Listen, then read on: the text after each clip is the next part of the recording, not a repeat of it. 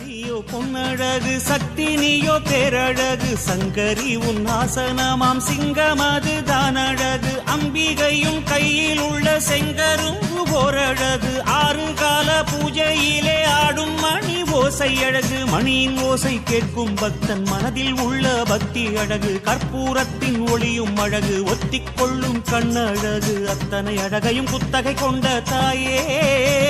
உனை புத்தியில் வைத்தோம் நிம்மதி வேண்டும் மாயே